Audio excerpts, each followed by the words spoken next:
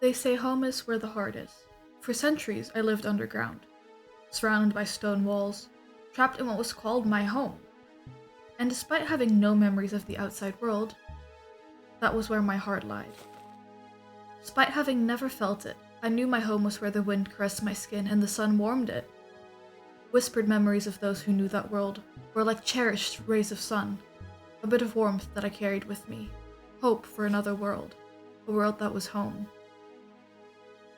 So when you spent centuries of your life underground, wishing to see the sun at least once, and then get exiled from what was your supposed home, into what you thought you would only see in a dream, the idea of home becomes kind of complicated. What do you do in a new world? All I had known was that cave, those walls, a prison for as long as I could remember, and now I was in a new world. So what was my first move? Look around, spread my wings, punch some trees? At first I just traveled for a while. I had wings on my back I had never used before, and needed a way of learning how they worked. And after I figured that out, I needed to train the muscles, keep their strength, so of course I traveled. Or maybe that was just the excuse I told myself for my inability to stay in one place. But I was experiencing new cultures wherever I went. I met new people, I became close to some, others were left behind, and some were lost. I experienced the sun I was taught to fear. I still remember the feeling of it on my skin for the first time.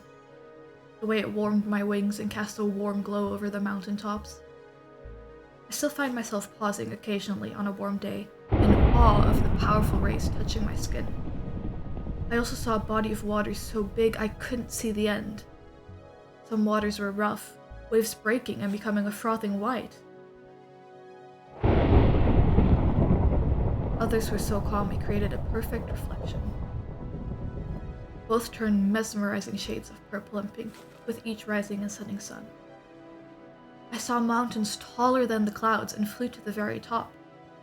I heard of caves so deep you could see bedrock, but stayed away from the caves for a few years.